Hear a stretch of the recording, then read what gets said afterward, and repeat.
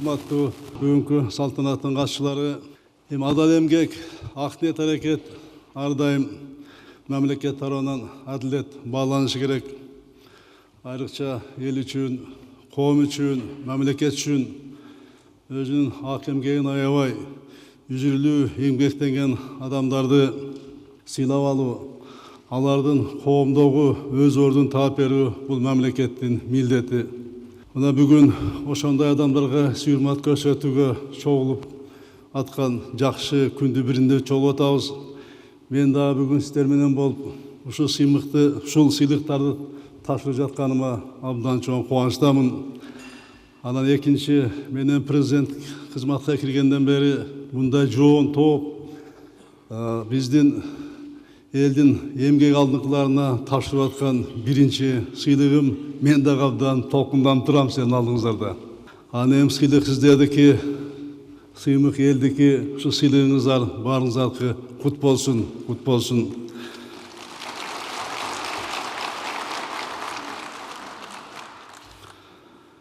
Урматтуу мекендештерим, мына жакында биз дагы август айында улуттук кеңеште биздин мамлекеттин улуттук өнүгүү стратегиясын 2040 жылга чейин, 2018-2023 жылга чейин атайын программаны кабыл алдык, өнүгүү программасын.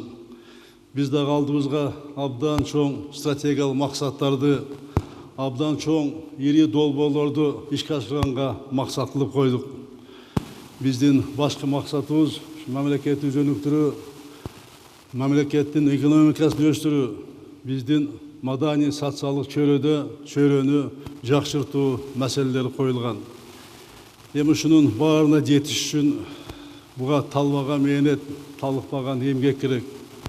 Мына ар дайым айтып жүрөбүз, биздики мамлекетте газ, нефть жок, деңиздин боюнда порт жок, тынбай каражат чыгып турган.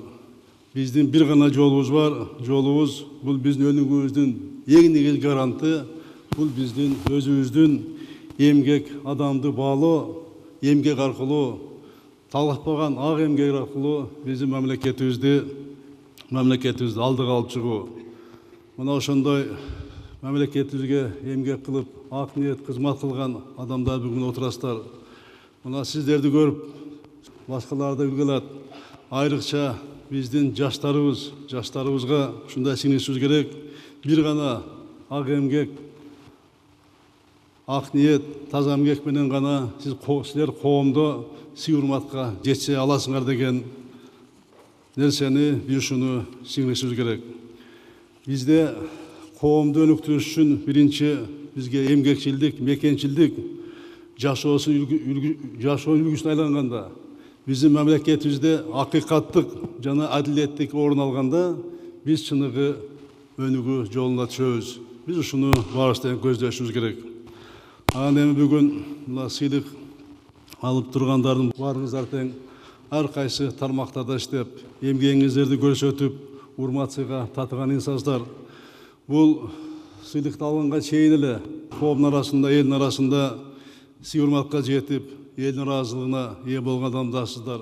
Комиссияны да белгилеп кетишим керек. Биздин комиссияны акыйкат калыс сунуштарды беришти.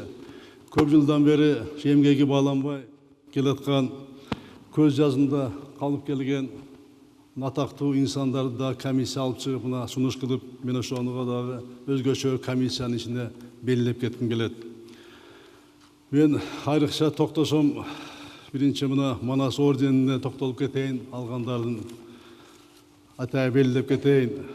Мына биринчи эле Асанбек Абдикеримов Манас орденине мына таттуу болду. Эмне үчүн дегенде, өмүр бою, бүт өмүрүн ушу билим берүүгө, студенттерге билим бергенге, илимге мына арнап келди.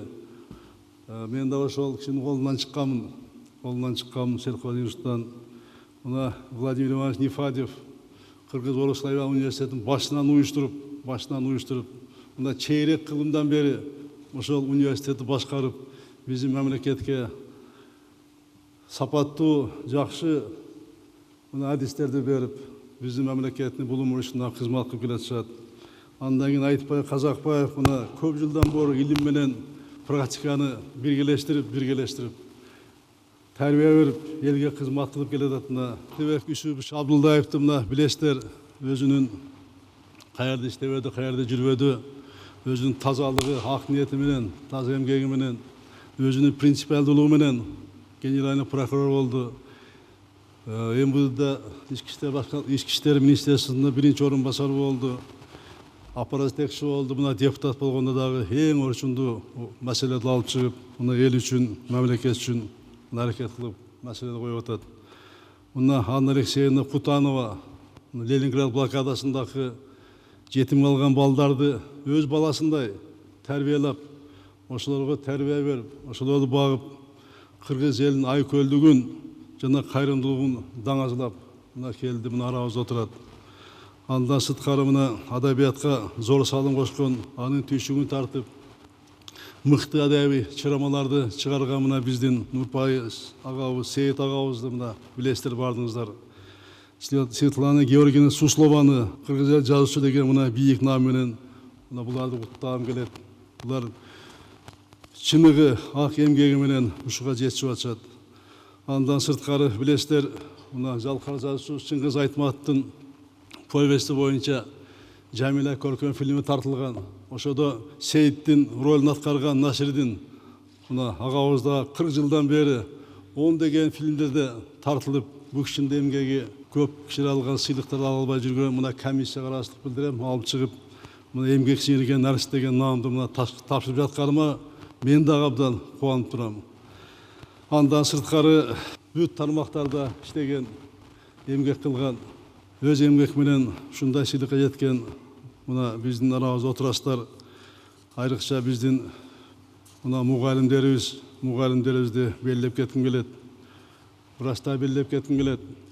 Биздин эң алдыңкы мугалимдер, врачтар, мектептер, жогорку окуу жайлар бар.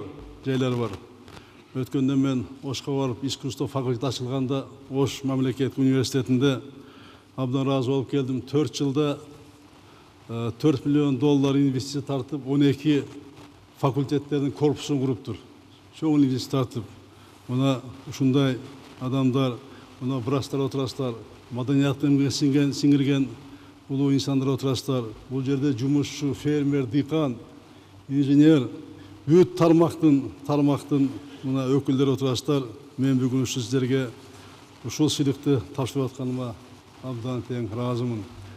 Анан кубанычтамын. Анан мына 5 октябрда дагы биздин мугалимдердин майрамы күнү болот. Ошол майрамыңыздар менен дагы куттап кетким келет. Урматтуу агайын туугандарым, сыйлыгыңыздар кут болсун. Биз жана айткандай бир гана эмгек менен мамлекетти алып чыгабыз. Ушу сиздердей үлгүлүү адамдар мамлекетибизде көп болсун, көп болуп, биздин мамлекетибиздин келечеги кең болуп, элибиз, мамлекетибиз ар дайым тынчылык, биримдик болуп, мамлекетибиз өнүгө берсин. Дагы жолу сыйлыгыңар кут болсун. Ушунун жүзүн көрүңүздөр. Чоң рахмат силерге. Мен эми сыйлык тапшырайын. Чоң рахмат.